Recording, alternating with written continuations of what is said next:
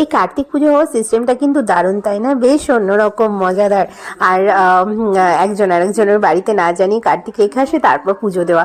তো যাই হোক, ঝটপট হুটপাট করেই সমস্ত পুজোর আয়োজন করতে হয় সেই জন্য, কারণ আগে থেকে তো কেউ জানতে পারে না যে আজ আমাদের বাড়িতে পুজো হতে চলেছে। তো এমনই ব্যাপার হয়েছে আমার মাসুতো দাদাদের বাড়িতেও, ওদের বাড়িতেও কার্তিক রেখে আসা হয়েছে, এখন পুজো হবে।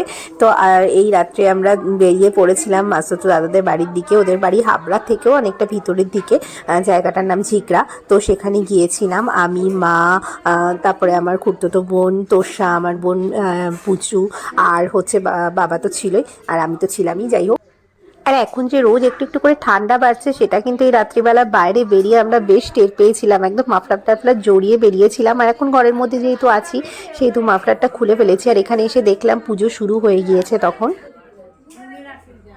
প্রচণ্ড খিদে পেয়ে গেছিলো, তাই বলতে গেলে এসেই খেতে বসে পড়েছিলাম। ওদের ফ্রাইড রাইস করা হয়েছিল, তারপরে আলুর দম করা হয়েছিল, পনির করা হয়েছিল। আবার একটু মাফলার জড়িয়ে নিলাম, বেশ ঠান্ডাই লাগছিল খেতে বসে। এই ছবি দেখলেই মনটা কেমন করে, কারণ যাদের সাজানো সংসার তারাই এখন নেই আর কি। আমার মাসি মেশোর কথা বলছি।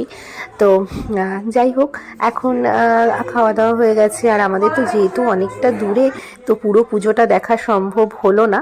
এখন আমরা আবার রওনা দিয়ে দেবো বাড়ির দিকে। আর এদিকে দাদা বৌদিও এখন পুজোতে বসে গিয়েছে।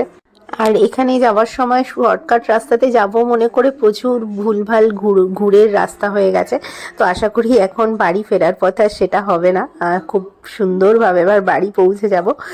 আর কার কার বাড়িতে কার্তিক ঠাকুর এসেছেন, বলো বলো। তো যাই হোক, এই ব্লগটা এখানেই শেষ করছি। সকলে ভালো থাকুন, সুস্থ থাকুন, টাটা।